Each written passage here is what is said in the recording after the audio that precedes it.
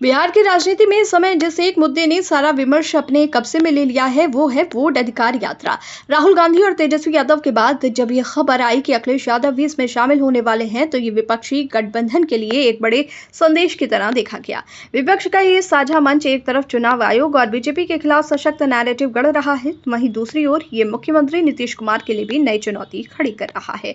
दरअसल वोटर अधिकार यात्रा का मकसद सिर्फ वोट की सुरक्षा या SIR जैसे तकनीकी मुद्दों तक सीमित नहीं है, बल्कि ये जनता के भीतर ये भावना जगाने का प्रयास है कि उनकी पहचान, अस्तित्व और लोकतांत्रिक अधिकार खतरे में है। तेजस्वी यादव ने शेखपुरा की रैली में जब ये कहा कि आपका सिर्फ वोट अधिकार नहीं छीना जा रहा, आपका अस्तित्व छीना जा रहा है, तो ये साफ था कि विपक्ष अब इस यात्रा को महज चुनाव आयोग बनाम विपक्ष की लड़ाई के रूप में नहीं बल्कि जनजीवन और लोकतंत्र की रक्षा की लड़ाई के रूप में पेश करना चाहता है। इस यात्रा की अहमियत तब और बढ़ जाती है जब राहुल गांधी जैसे राष्ट्रीय नेता और जब अखिलेश यादव जैसे क्षेत्रीय नेता इसमें शामिल हो रहे हैं। इससे संदेश ये जाता है कि विपक्षी एकता सिर्फ दिल्ली की बैठकों या प्रेस कॉन्फ्रेंस तक सीमित नहीं है, बल्कि सड़कों पर भी एकजुट होकर आंदोलन किया जा सकता है।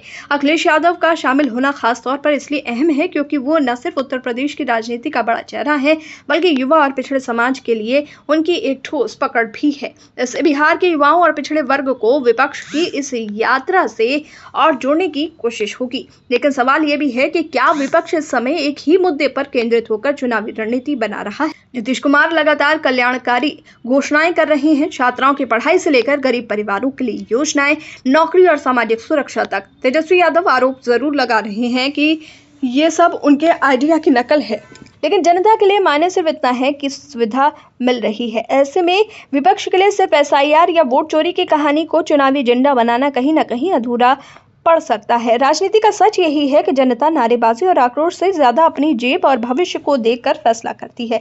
नीतीश कुमार की घोषणाओं के जवाब में विपक्ष की तरफ से कोई ठोस वैकल्पिक एजेंडा अब तक सामने नहीं आया है। महज ये कहना कि पढ़ाई, दवाई, कमाई, सुनवाई और कार्रवाई चाहिए तब तक असरदार नहीं होगा जब तक विपक्ष ठोस योजनाओं और कार्य योजना के साथ सामने न आए। इस समीकरण में प्रशांत किशोर की जनसुराज यात्रा को भी नजरअंदाज नहीं किया जा सकता।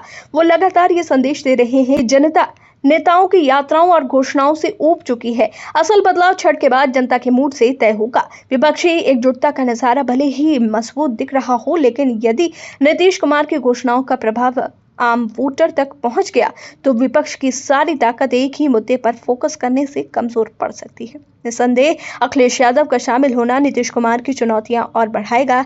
ये विपक्षी एकजुटता का मनोवैज्ञानिक असर भी डालेगा, लेकिन अंतिम सवाल यही रहेगा कि क्या ये एकजुटता बिहार के मतदाता को भरोसा दिला पाएगी कि वो सिर्फ वोट अधिकार की रक्षा नहीं बल्कि शासन और विकास का वैकल्पिक मॉडल भी देने के लिए तैयार हैं।